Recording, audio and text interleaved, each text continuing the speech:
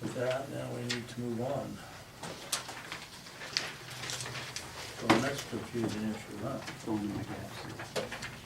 Which is the Pulsifer wash over repair. And I had to be Trade West when those bids were open. Why is there such a difference in those bids? I've been to that show before. When you're ready, we can respond to that. Well, I'm trying to find our bid prices here. There, yeah, I've got one here. He put all this stuff on our desk. Yeah, that's what it had to. No, that's the first. Maybe I don't. This one. Oh, it's over here. There's one over here that we had set aside. There we go. Okay.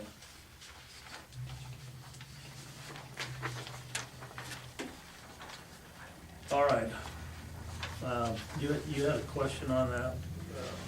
No, I just had a comment that I'd hate to be Trade West when they open those up.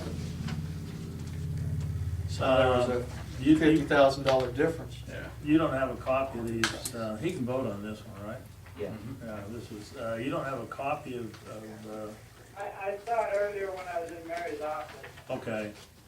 So you've seen there's a significant differences in Yeah, cost. like 50,000. Yep. 50,000 on one and 48,000 on the other, so. That is a big difference. Thank you. I guess the question begs to be asked, do they realize, I mean, do they have all the facts of what the work is going to be?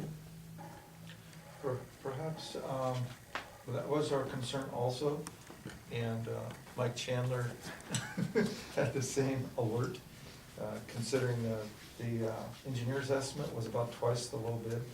So he did make a call. Mike, would you like to respond to your conversation with Trade West? Sure.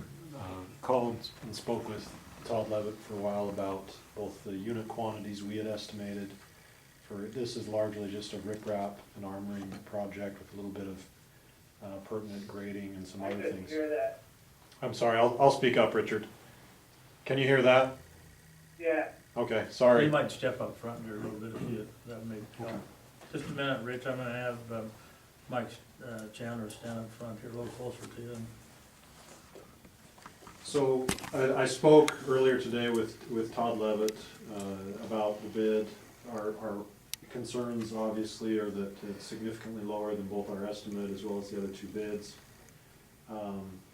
We discussed the quantities, the source for rock that he had planned on using, making sure that he understood the specifications for the type of rock, the size, the quantities. The plans were pretty explicit in the dimensions of the apron and everything else that needed to be done. So we felt like it was very clear the quantities and everything that needed to be used. And I discussed some surface restoration in regards to curb and gutter as well as asphalt that we had some concerns about.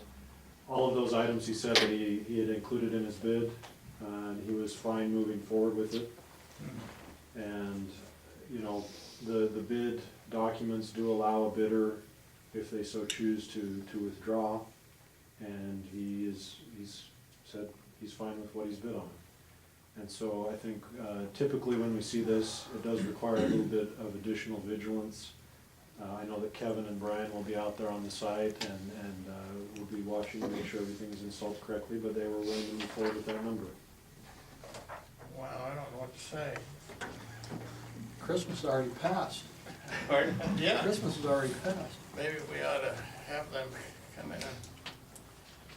I really, We've done a lot of business with Trade West, I have a lot of confidence in them. well, given the fact that Mike has had that discussion with them and they feel comfortable with it and they do know what the specifications are. And obviously sounded like a pretty in-depth discussion, talking about even where their source of supply of grading material and so on was going to be. I think we're obligated to the ratepayers to take the lowest bid. I mean, I don't know how you could do anything else.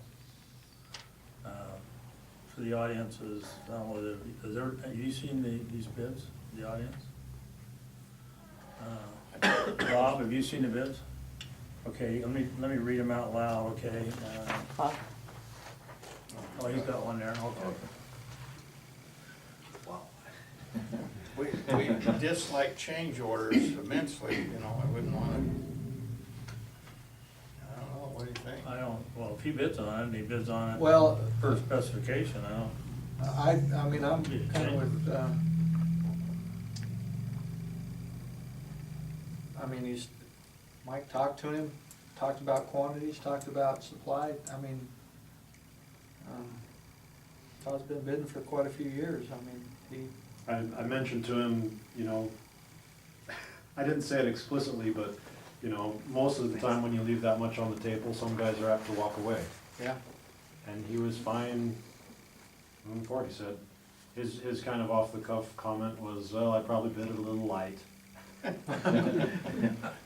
But, I kind of went through each of the main components of the project with him, and he was comfortable with it.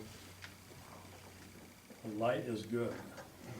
And after all the stuff I've ate for the. I would go a little more than light. I could use some light myself. Forgot. Well, and I purposely said, do you want to rerun your numbers? Are there any concerns that you have, something that you missed? Usually when we have this large of a discrepancy, there may have been something omitted in the bid.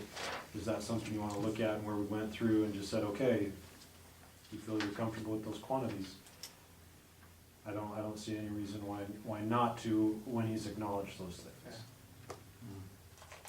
I mean, I would hate to have him lose his shorts on it, but, you know, he's been given the opportunity to walk away from it and opted not to, so, Well, and he's an experienced contractor, so. yeah. Like Carl said, he's, you know,